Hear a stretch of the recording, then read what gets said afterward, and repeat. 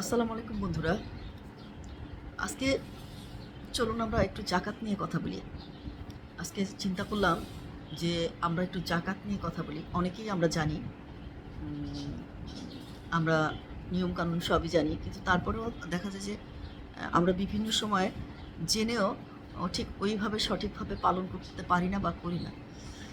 তো যাদের আমাদের জাকাত আছে, গহনার জাকাত বা নগদ টাকা আছে ব্যাংকে, এটার ২.৫% আমাদের জাকাত দিতে হবে। এটা আমরা কমবেশি সবাই জানি। তো উম জাকাত যে একটা জাকাত দানের যে একটা কমিটি আছেন, তারা যেভাবে নির্ধারণ করেন, তবে সাধারণত বেশ কয়েক বছর ধরে ২.৫% নির্ধারিত আছে। তো আমরা আ সবাই যেটা করি, বেশিরভাগ মানুষই যেটা করি, হয় কোনো মসজিদে দান করে দেই বা এতিমখানায় দান করে দেই। মসজিদ, এতিমখানায় দান করাটা, ভিক্ষুককে দান করাটা, এটা আসলে খুব একটা সফট কর্নার আমাদের। আমরা সবাই কমবেশি করে থাকি।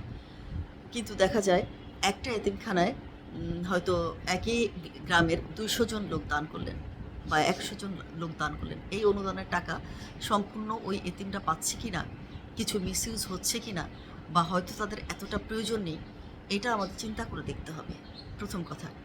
দ্বিতীয় কথা হচ্ছে যে আমরা ২০০-৪০০ শাড়ি কিনে বা ১,০০০ শাড়ি কিনে গ্রামে গেলাম, গাড়ি করে সবাইকে শাড়ি দিলাম, লুঙ্গি দিলাম। আ এটা উম আ এটা আমি মনে করি না যে এটা আসলে খুব ভালো একটা, জাকাতের খুব ভালো একটা পন্থা। প্রত্যেকটা মানুষের কাপড়ের প্রয়োজন আছে।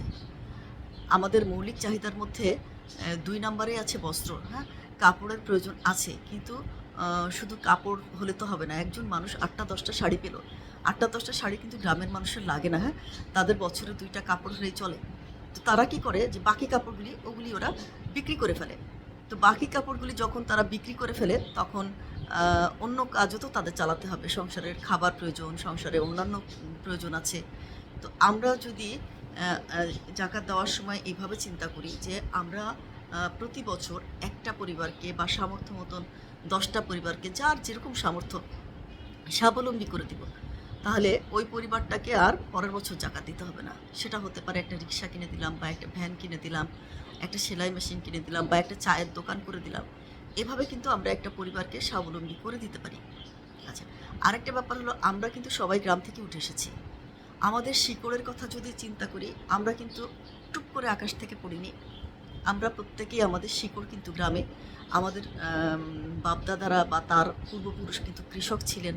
আমরা সবাই কম বেশি কৃষক পরিবারের মানুষ। তো আমাদের আত্মীয়স্বজনের মধ্যে এখনও অনেক আত্মীয়স্বজন কিন্তু আছেন, অ্যা যারা দারিদ্র্য সীমার মধ্যেই বাস করেন, যাদের অর্থনৈতিক অবস্থা খুবই খারাপ।